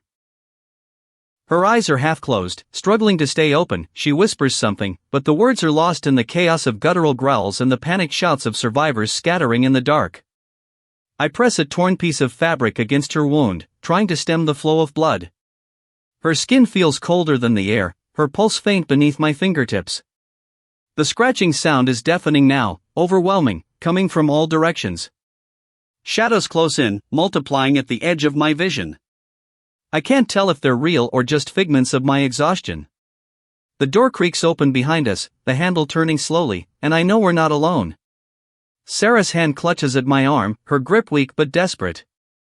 "Don't leave," she gasps, her voice barely audible. Her eyes meet mine, filled with terror and something else, something I can't quite place. Memories flash unbidden, the first time we met, her laughter echoing in a world that still felt alive. The sacrifices we've made for each other, the promises we couldn't keep. I've failed her so many times, and now I'm failing her again. The cold bites deeper, making my breath fog in the air. My muscles scream with every movement, my own injuries a dull ache compared to the pain in her eyes. The scratching grows frantic, louder, closer. I glance toward the door, where distorted silhouettes move with unnatural grace. Something larger lurks in the shadows behind them, a low growl vibrating through the air. The radio crackles with static, the last message fading into nothingness. Sarah's grip loosens, her hand slipping from my arm. Her breaths grow shallower, her eyes fluttering closed. I shake her gently, whispering her name, but she doesn't respond. The shadows advance, the scratching now a deafening cacophony. I can feel the presence of something more menacing, something watching us from the darkness. The neon lights flicker one last time before plunging us into near-total darkness. The air is thick with the stench of rotten bile, the sound of footsteps circling us. The door bursts open, the lock clicking uselessly. New silhouettes emerge, their movements jerky and inhuman. Behind them, the low growl grows louder, a new threat emerging from the shadows. I clutch Sarah tighter, my mind racing, but there's no escape, no way out. The scratching stops, replaced by a silence so heavy it feels like a weight pressing down on my chest. And then, the footsteps begin again, closer now, closing in. The cold seeps deeper, my body shivering uncontrollably, each muscle knotting in pain. The growls and shuffling feet surround us, a relentless, unyielding presence. I hold Sarah closer, her body stiff and cold, and wait for the inevitable. The scratching at the door grows louder, more frantic, a wet, jagged sound like claws dragging through flesh. Each scrape sends a shiver down my spine, the cold biting through my clothes and settling deep into my bones. Sarah's hand trembles in mine, her grip weakening with every passing second. The cold is relentless, a cruel embrace that makes my breath fog in the flickering neon haze. The shattered glass crunches underfoot, and shadows close in, distorted silhouettes multiplying at the door. The air is thick with the stench of rotting flesh and bile, even through the respirator. 53%. 53% isn't going to last long. Sarah collapses to her knees, her breath shallow, her neck bleeding heavily. Blood pools around her, dark and viscous, soaking into the cracked tiles. Her whispers are faint, desperate. "Richard, please," I crouch beside her, checking the sidearm empty. Useless. I grab the radio, but it's all static, fading bursts of urgency. "Evacuate immediately if you can hear this, we are..." The signal dies, leaving only silence. The scratching grows louder, a deafening symphony that drowns out everything else. The door handle turns slowly, clicks, then bursts open. Figures step inside, their movements unnatural, jerky. Behind them, shadows shift, something larger lurking, emitting a low growl that reverberates in my chest. My muscles scream with exhaustion, my body aching from the scrapes and bruises. I drag Sarah toward the corner, her body limp, her blood smearing across the floor. The cold wraps around us, a suffocating blanket. Her eyes are half closed, slipping into unconsciousness. I can't let her go. Not yet. The survivors scatter, panic rising to chaos. Shouts echo, footsteps pound, but the figures keep coming. Their growls merge with the scratching, the creaking, the bass echo fading into the distance. The neon lights flicker violently, casting erratic shadows that dance like predators closing in. I notice the bodies, a man in his 30s, pale and waxy, his shirt torn and stained, a woman with her mouth open mid-scream, her arm twisted at an unnatural angle. The smell of decay intensifies, mingling with the metallic tang of blood. Sarah's hand slips from mine, her body going still. I press my fingers to her neck, feeling the faint pulse, the shallow rise and fall of her chest. The respirator's filter drops to 52%. The cold seeps deeper, numbing my limbs, making it harder to think. The figures are closer now, their movements deliberate, their growls low and menacing. The scratching intensifies, coming from all sides, the walls, the ceiling. It's everywhere. I grab Sarah's arm, pulling her toward the exit, but the shadows shift again. The new threat emerges, something larger, more menacing. Its presence felt more than seen. Its growl is deeper, more primal, sending a shiver down my spine. The survivors scream, trampling over each other in their panic. The neon lights flicker one last time before plunging us into darkness. Sarah's breath is barely audible now, her body cold, her pulse fading. The scratching stops abruptly, replaced by silence, a silence so thick it presses against my skull. Then, the sound of footsteps, slow and deliberate, closing in from all directions. The figures are closer than ever, their growls merging into a single, guttural chorus. The new threat looms behind, its presence suffocating. I glance at Sarah, her face pale, her eyes closed. The respirator's filter reads 51%. The cold is unbearable, the pain in my body intensifying. The footsteps grow louder, the growls deeper. The new threat steps into the faint light, its form massive, grotesque, its eyes glowing with malevolence. The survivors' screams echo, blending with the chaos. I tighten my grip on Sarah's arm, but I know there's no way out. The figures close in, their movements synchronized, their growls reaching a crescendo. The new threat lunges forward, its shadow swallowing everything. Sarah's pulse stops. The respirator's filter drops to 50%. The radio hissed, static clawing at the edges of the room like a living thing, its shrill noise piercing the heavy silence. I clutched it tighter, fingers numbed from the cold, the frigid air biting through my gloves and into my bones. The room was a tomb, the cold seeping into my very marrow, making every movement a labor. Sarah's body lay still beside me, her hand still curled around my wrist, cold and lifeless. The static grew louder, a relentless white noise that seemed to echo in my skull, drowning out the faint echoes of the evacuation message that had been our last thread of hope. Then, abruptly, it cut out. Silence. Not the kind that brings relief, but the kind that suffocates, pressing against my chest like a weight. The silence was worse than the scratching, worse than the guttural growls outside. It meant we were truly alone. The cold was unbearable now, a relentless enemy that gnawed at my flesh. My breath fogged in front of me, each exhale a ghostly cloud that hung in the air, a reminder of how fragile I was, how exposed. The respirator hung loosely around my neck, its filter nearly spent. I could smell the decay, the rot, seeping into the air, mingling with the metallic tang of blood. It clung to the back of my throat, making it hard to breathe.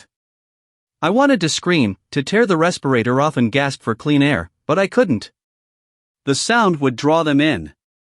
I could feel them out there, circling, their footsteps rhythmic and deliberate, like predators toying with their prey. My sidearm was empty, useless now. I dropped it beside Sarah, the clatter of metal on the floor echoing in the oppressive silence. My body ached, every muscle screaming in protest as I shifted my weight. My scrapes burned, the pain sharp and constant, but it was nothing compared to the hollow ache in my chest. Sarah was gone. I'd failed her. I'd failed all of us. The thought clotted me, a relentless, gnawing guilt that I couldn't shake. I wanted to stay here, to let the cold take me, to let them find me.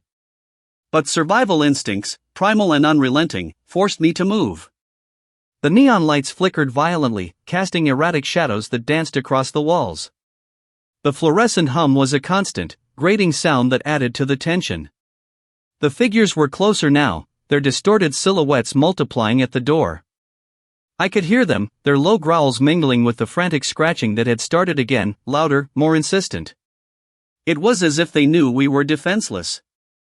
I dragged myself toward the exit, my movements slow and labored, every step a battle against the exhaustion that threatened to consume me. The shadows seemed to shift, to close in, pressing against me from all sides.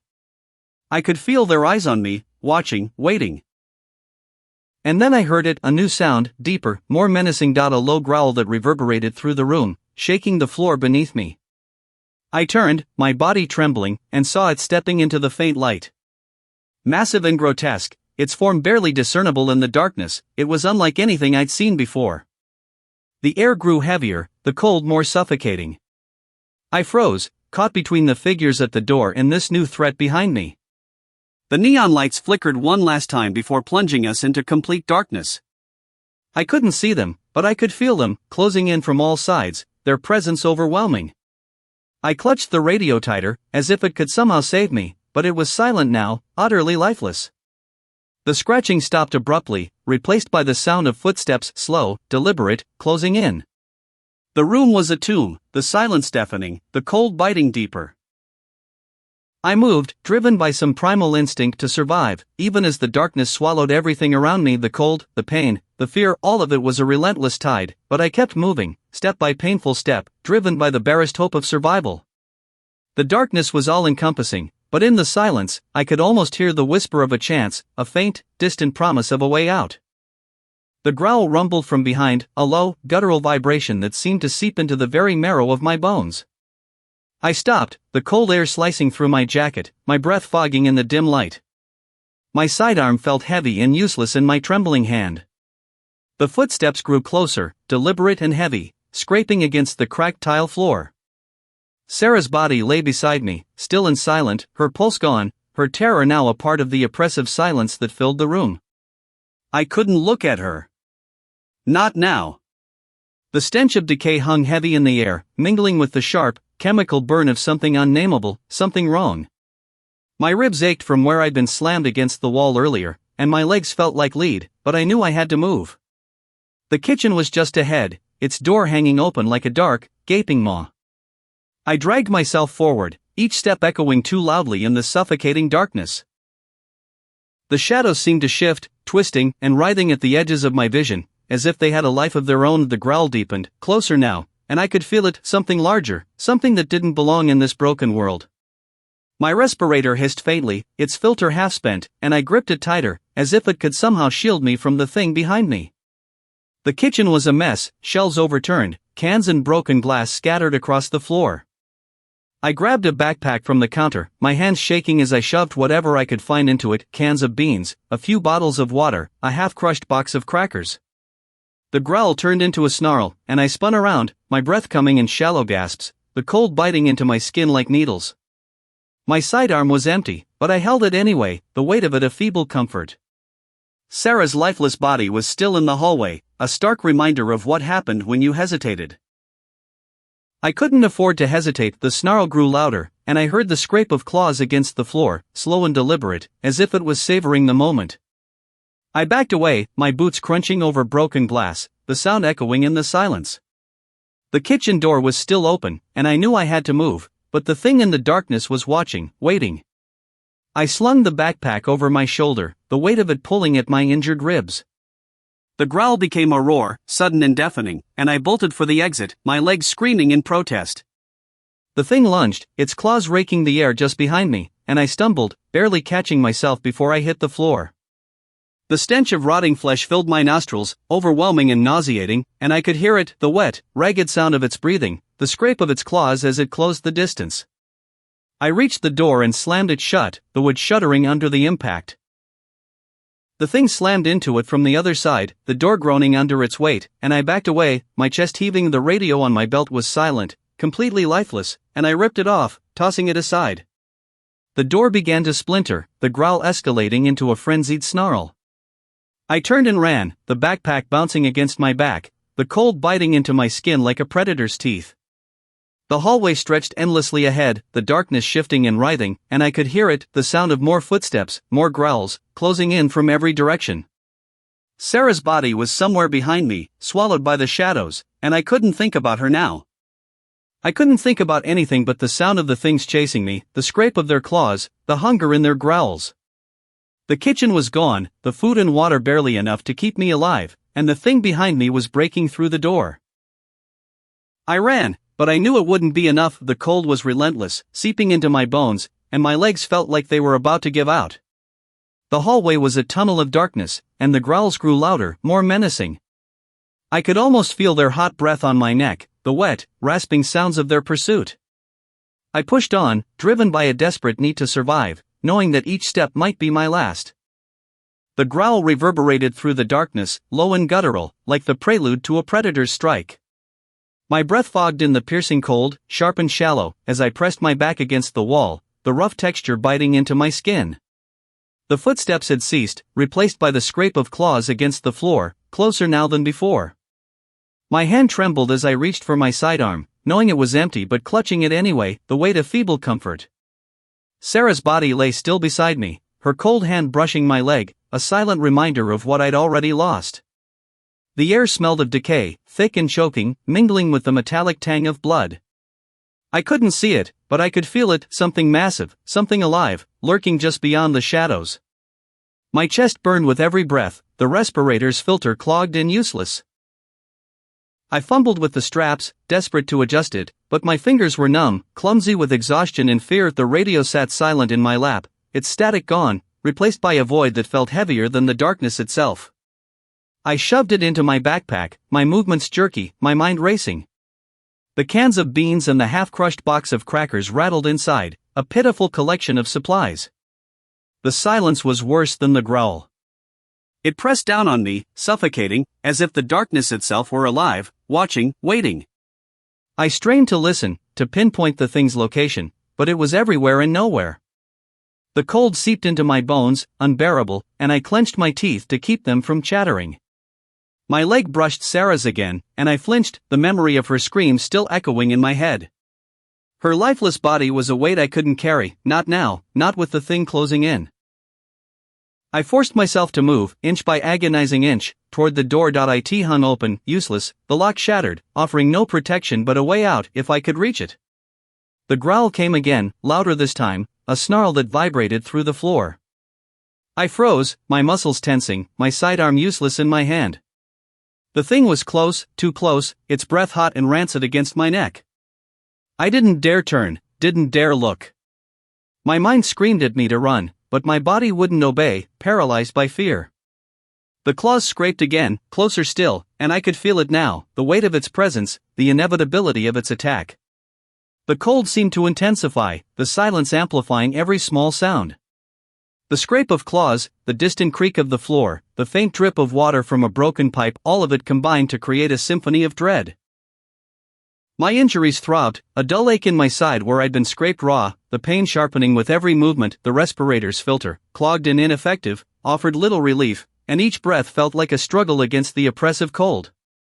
I moved, finally, my body jerking into action as the thing lunged. I stumbled toward the door, my legs weak and unsteady, my backpack slamming against my back with every step. The growl turned into a roar, deafening, and I felt the rush of air as it swiped at me, claws grazing my shoulder. Pain exploded, sharp and searing, and I cried out, my voice swallowed by the oppressive silence. I didn't stop, couldn't stop, my survival instinct overriding the agony. The door was just ahead, but the thing was faster, its footsteps pounding behind me, its snarl growing louder, hungrier. I reached the door, my hands slamming against the frame as I hurled myself through. The growl followed me, closer than ever, and I knew I couldn't outrun it. My shoulder burned, blood soaking through my shirt, and my legs threatened to give out. I glanced back, my vision blurred by tears and fear, and saw it, a hulking shadow, its eyes glowing faintly in the darkness, its claws gleaming with fresh blood. Mine.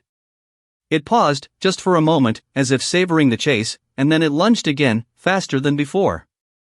I turned, stumbling into the hallway, the growl echoing behind me, chasing me into the unknown. The marina is a graveyard of whispers, the only sound the rhythmic slap of water against the weathered docks. Each step of my boots crunches on the gravel, a brittle reminder of the journey ahead. Sarah's weight, though gone, still drags at my arms, a phantom presence that refuses to let go. The cold is a relentless enemy, biting through my torn jacket and settling deep into my bones. My shoulder throbs where the creature's claws grazed, a sharp, persistent ache that echoes with every beat of my pulse. The air is a miasma of salt and decay, a noxious blend that clings to the back of my throat, making each breath a labor. Behind me, the shadows stir, and I can hear them now, low, guttural growls that resonate through the night. The sound is closer than it should be, a menacing symphony of hunger and malice. The growls are a harbinger, a reminder that I am not alone. I drag myself toward the boats, my breath fogging in the frigid air. The sidearm in my holster is empty, a useless weight that offers no comfort. The respirator on my face is clogged, each breath a struggle, a fight against the frigid air and the grit that seems to clog my lungs. My backpack shifts awkwardly, the cans of beans and bottles of water rattling with every step. The marina is a labyrinth of docks and boats, their hulls bobbing gently in the water, a false sense of calm. I need to find a seaworthy vessel, one that can carry me away from this nightmare. But the growls are growing louder, more insistent, a chorus of impending doom. The cold is unbearable, seeping into my bones, making every movement a chore. My fingers fumble with the latch on the gate to the docks, trembling from exhaustion and fear. The gate creaks open, the sound impossibly loud in the oppressive silence, a beacon for the creatures behind me. I glance over my shoulder, but the shadows are too thick to see anything. The growls are everywhere now, surrounding me, a constant presence that presses against my back, a tangible weight. I stagger down the dock, my boots thudding against the wooden planks, each step a battle against the elements. The boats sway gently, their ropes creaking in the wind, a symphony of unease. I need to hurry. The growls are closer now, more urgent. I can hear the scrape of claws against wood, the wet snarls of something inhuman, a sound that sends shivers down my spine. I reach the first boat, a small fishing vessel, and scramble onto the deck. The boat sways violently as I climb aboard, and I nearly lose my balance. My shoulder screams in protest, the pain sharp and blinding, a constant reminder of the danger. I fumble with the ignition, my fingers clumsy and numb, the cold making every movement a challenge. The boat's engine sputters but doesn't start. The growls are deafening now, a cacophony of hunger and rage, a sound that fills the night till I glance back and see them, shadows moving in the darkness, their eyes glowing faintly in the night, a malevolent light. They are on the dock now, lurching toward me, their movements jerky and unnatural. I try the ignition again, my hands shaking uncontrollably. The engine roars to life, and I nearly sob with relief, a bittersweet victory. But then I see her. Sarah's lifeless body still lies on the dock, her cold hand outstretched as if reaching for me. The creatures are almost upon her, their claws glinting in the faint moonlight, a cruel dance of death. I hesitate, the boat's engine idling, a ticking clock. I can't leave her. I can't. But the creatures are too close, their snarls too loud, a relentless chorus of doom. I have no choice. I wrench the throttle, and the boat lurches forward, the engine screaming, a desperate bid for survival. The cold wind whips against my face as the boat speeds away from the marina, the growls fade into the distance, replaced by the roar of the engine and the slap of water against the hull. My shoulder is bleeding again, the pain a constant reminder of my failure. Sarah is gone, and I am alone. The boat's compass spins wildly, a chaotic dance of direction and uncertainty. I have no idea where I'm going, only that I must keep moving, must find a place of safety. The horizon is endless, a vast expanse of darkness and despair. The engine sputters again, a ominous warning. I pray it doesn't die, but I know it's only a matter of time before something else finds me. The growls may be gone, but the dread remains, a heavy weight that I carry with me into the unknown. The boat creaked, a low, mournful groan that intertwined with the relentless slap of waves against the hull. I sat hunched over the radio in the cabin, the silence of the device a deafening echo in the cramped space. My shoulder throbbed, a constant reminder of the creature's claws, the makeshift bandage doing little to stem the flow of blood. The cold air bitted my exposed skin, seeping into my bones, and the metallic tang of blood clung to the back of my throat, making every breath a grim reminder of my injuries. Sarah's body lay still on the floor beside me, her face pale and lifeless, her arm twisted at an unnatural angle. I couldn't bring myself to look at her for long. The weight of my grief was a leaden burden, one I couldn't afford to carry right now. The cabin was a tomb, the silence oppressive and suffocating. Then I heard it, a soft shuffle, like something dragging itself across the deck above. The sound was faint, almost imperceptible, but it sent a chill down my spine. I froze, straining to listen. The boat rocked gently, the motion a cruel lullaby. I told myself it was just the wind, just the waves. But then it came again, closer this time, accompanied by a low, guttural growl that vibrated through the floorboards. The growl was deep, primal, and it resonated through my bones, making my skin prickle with dread. My hand instinctively went to my sidearm, but I remembered it was empty, the last bullet spent hours ago. The growl deepened, turning into a snarl that seemed to fill the cabin. Something was on the boat with me. I stood slowly, my legs trembling from exhaustion and fear. The cold bit harder, and I could see my breath fogging in the dim light of the cabin. My shoulder screamed in protest, the pain sharp and insistent, a constant reminder of my vulnerability. I grabbed the respirator from the table, but it was clogged, useless. The smell hit me, then rotten flesh, bile, the stench of decay. It was overwhelming, making my stomach churn, the acrid odor clinging to my nostrils. The shuffling sound came again, louder now, accompanied by the scrape of claws against wood. Each sound was a dagger, slicing through the fragile calm of the cabin. I stepped toward the cabin door, my boots scuffing against the floor. The sound of my movement seemed to echo, and the creature above responded with a furious snarl. I froze, my muscles tensing. The door creaked open slightly, the handle rattling as if something was testing it. I backed away, my eyes darting around the cabin for anything I could use as a weapon. My backpack was nearby, half open, its contents spilling out, cans of beans, water bottles, the crushed box of crackers. Nothing useful. The door burst open with a crash, and the thing lunged into the cabin. It was a zombie, its skin gray and peeling, its eyes milky and vacant. Its mouth was open, revealing jagged teeth stained with blood. It moved unnaturally fast, its claws reaching for me. I stumbled backward, my shoulder slamming into the wall.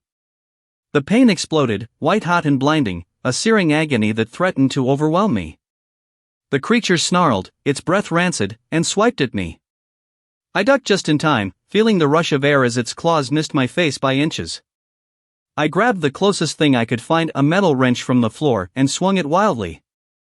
The wrench connected with the creature's skull with a sickening crack, but it didn't stop. It kept coming, its growl turning into a roar. I swung again, hitting it in the side of the head. This time, it staggered, but only for a moment.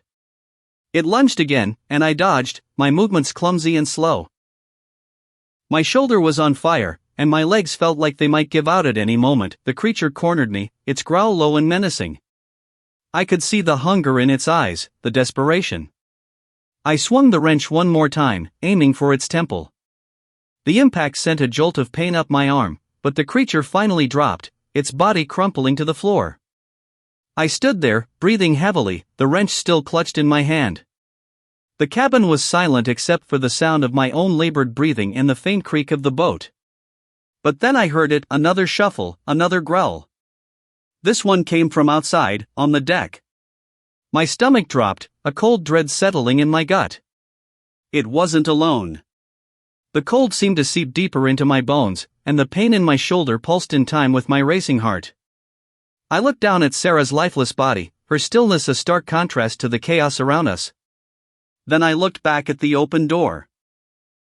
The growl grew louder, closer. I tightened my grip on the wrench, but I knew it wouldn't be enough. Not this time. The growl was closer now, a low, guttural rumble that vibrated through the floor and up my legs. Each step sent a shiver up my spine, the sound echoing in the oppressive silence. My breath fogged in the biting cold, each exhale shallow and ragged, the air freezing the moisture in my lungs. My shoulder throbbed where the creature's claws had grazed me, the wound sticky and warm beneath my torn shirt. I dragged myself forward, one hand clutching the empty sidearm, the other blindly feeling for the exit. The darkness was absolute, oppressive, like a weight pressing down on my chest, making it hard to draw a full breath. Shadows shifted at the edges of my vision, but I couldn't tell if they were real or just my mind unraveling. Behind me, Sarah's body lay still, her terror frozen in silence. I couldn't look back. Not now. The stench of decay was overwhelming, a mix of rotting flesh and bile that made my stomach churn. My respirator was clogged, useless, and every breath burned with the chemical tang of whatever had poisoned the air. I fumbled with the straps, tearing it off and letting it fall to the floor. The cold bit at my exposed skin, sharp and unrelenting, seeping into my bones and sapping my strength. Footsteps echoed in the distance, but they weren't human, too heavy, too deliberate. I froze, listening, the silence broken only by the sound of my own ragged breathing and the distant scrape of claws against the floor. My hand tightened on the sidearm, though I knew it was empty. It was all I had left. I stumbled toward the kitchen door, its frame hanging open like a gaping maw. The radio in my backpack was silent, its last message lost in the void. I shoved the useless thing deeper into the bag, my fingers brushing against the cans of beans and the half-crushed box of crackers. Food wouldn't save me now. The creature's snarl grew louder, a rush of air signaling its lunge. I ducked, feeling the claw swipe just inches above my head, the force of it sending me sprawling onto the cold tile. Pain shot through my ribs, sharp and debilitating, each breath a struggle. I scrambled to my feet, my movements clumsy and desperate. The exit was close, but the darkness made it impossible to gauge the distance. My lungs burned with each breath, the cold air searing my throat. I could feel the creature's presence behind me, its growl reverberating in the hollow space. My shoulders screamed in protest as I reached for the door handle, my fingers slipping on the cold metal. The door swung open with a creak, and I stumbled through, the frigid air outside hitting me like a wall. The mainland beach stretched before me, but it wasn't the sanctuary I'd hoped for. Chaos reigned, the remnants of civilization crumbling under the weight of whatever had taken hold. Bodies littered the sand, their faces frozen in terror, the air was thick with the smell of blood and fear, a grim reminder of what awaited me. I turned back, the door slamming shut behind me with a resounding thud. The creature's growl was muffled now, but I knew it wouldn't stay that way. My shoulder was bleeding freely, the warmth of it seeping through my shirt. I reached into my backpack, my fingers trembling as I pulled out a bottle of water.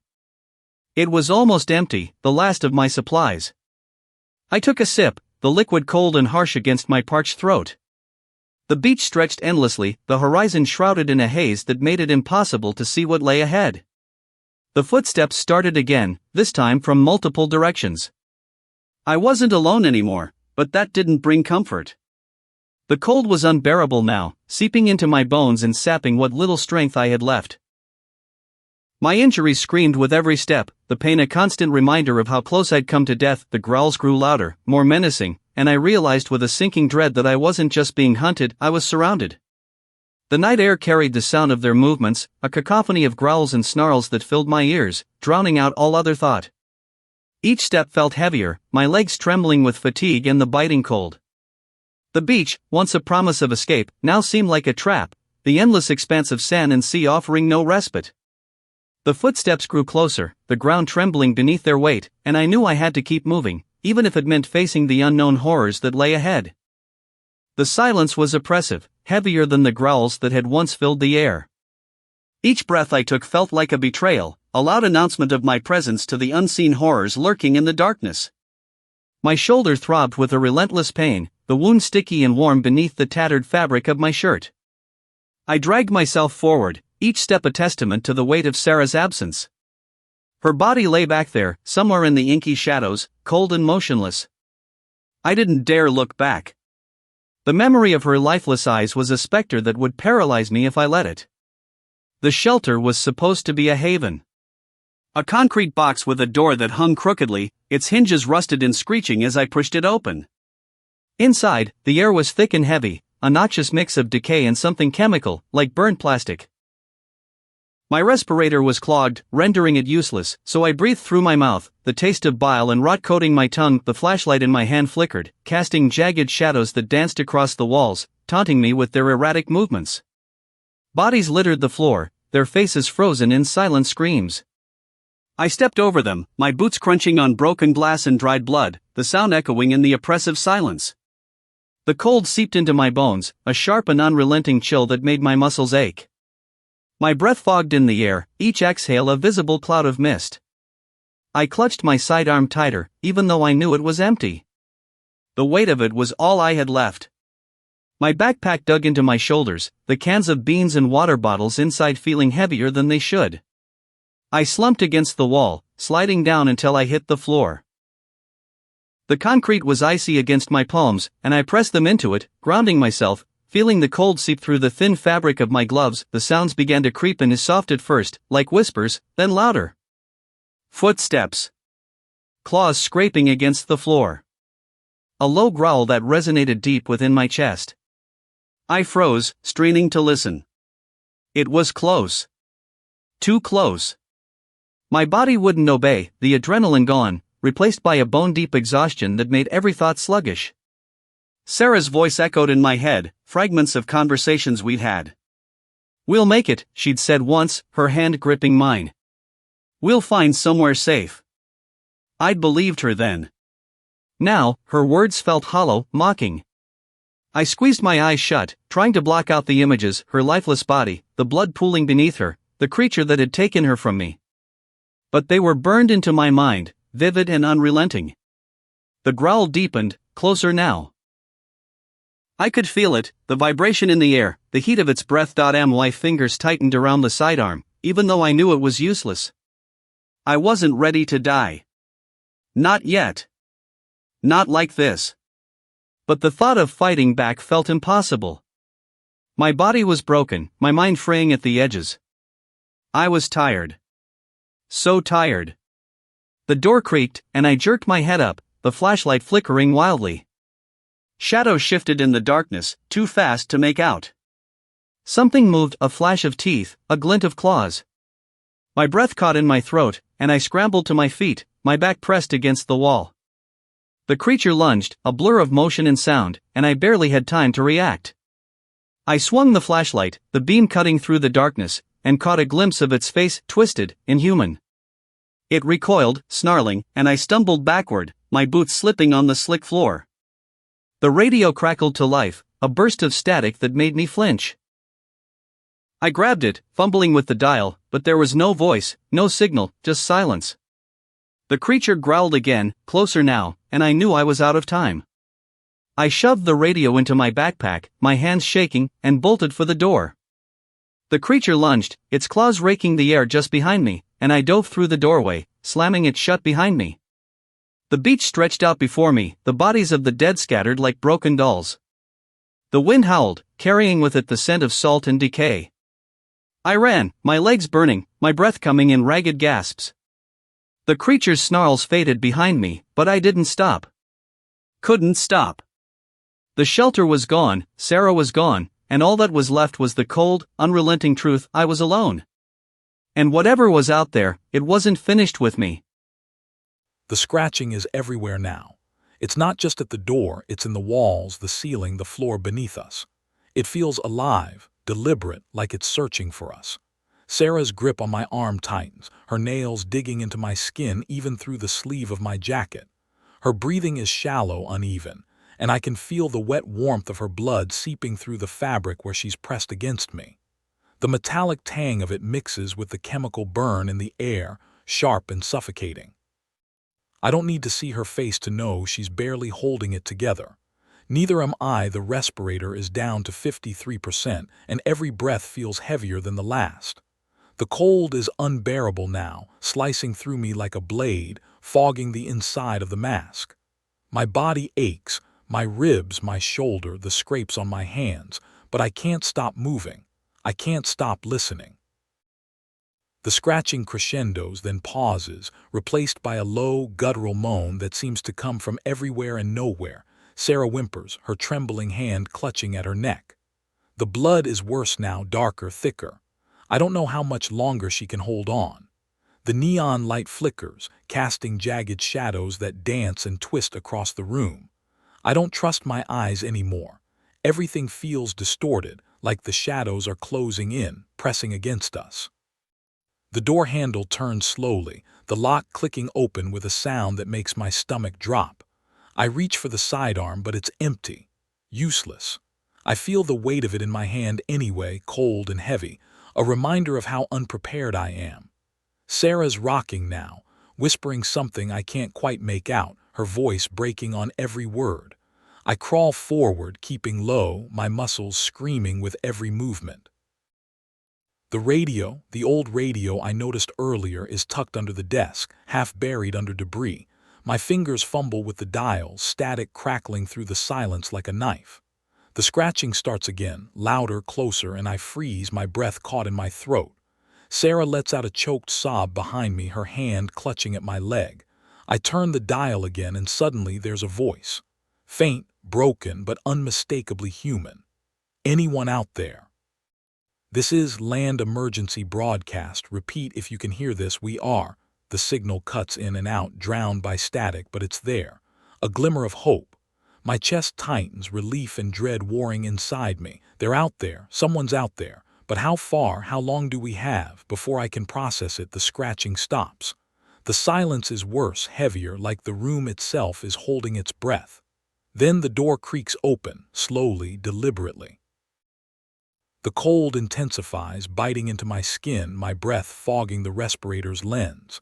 I can't see what's coming, but I hear it. The wet, dragging sound of something moving toward us. Sarah's grip on my leg tightens, her nails digging in as she lets out a strangled gasp. I turn just in time to see the shadows shift, coalesce into something solid, something wrong. The radio crackles again, the voice barely audible over the rising static. Urgent evacuation, repeat, evacuate immediately. And then it's gone, swallowed by the noise. The thing in the doorway steps closer, its silhouette distorted, unnatural. Sarah's scream echoes in the small room, raw and terrified, but I can't move. I can't breathe. The cold is everywhere now, pressing down on me, wrapping around me like a vice. The thing moves again, and I realize with a sinking horror that it's not alone. Shadows shift, closing in, their guttural moans filling the air.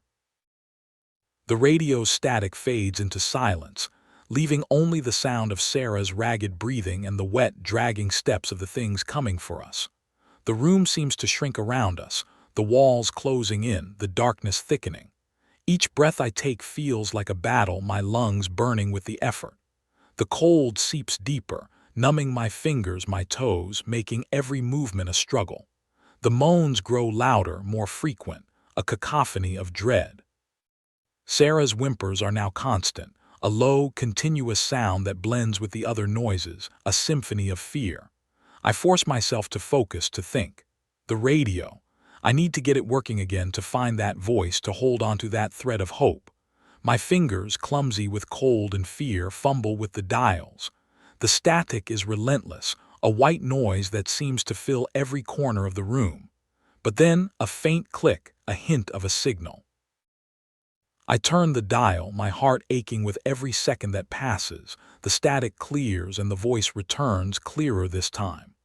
Emergency broadcast, repeat if you can hear this, we are. The message is still fragmented, but it's there. I can almost feel the lifeline it offers, a slender thread of possibility. Sarah's grip on my leg loosens slightly, her breathing a little less ragged. Maybe, just maybe, we have a chance. But the things in the doorway are closer now, their forms more defined, their moans more menacing. The cold is a constant presence, a relentless enemy. I can feel it in my bones, a deep, bone-chilling cold that threatens to freeze me in place. Sarah's hand trembles against my leg, her nails now a dull ache rather than a sharp pain. I know we can't stay here. We have to move, to find a way out, to reach that voice, to survive. The radio crackles one last time, the voice fading into the static. Evacuate immediately. And then silence, absolute deafening silence. The only sounds are the moans, the dragging steps, and Sarah's breath, shallow and desperate. I take a deep, shuddering breath, my lungs burning with the effort. I can feel the weight of the sidearm in my hand, a useless piece of metal, but it's something to hold onto, something to give me the strength to keep going. I turn to Sarah, my voice a hoarse whisper. We have to move. Now. She nods, her eyes wide with fear, but she understands. We crawl forward, every movement a struggle, the cold a constant companion. The room seems to shift around us, the shadows twisting and bending, alive with malevolence. The things in the doorway are almost upon us, their forms indistinct but terrifying. But we move, driven by a desperation that overrides the pain, the cold, the fear. We have to keep moving. We have to survive. The radio, the voice, the hope, they are all we have left, and maybe, just maybe, they will be enough.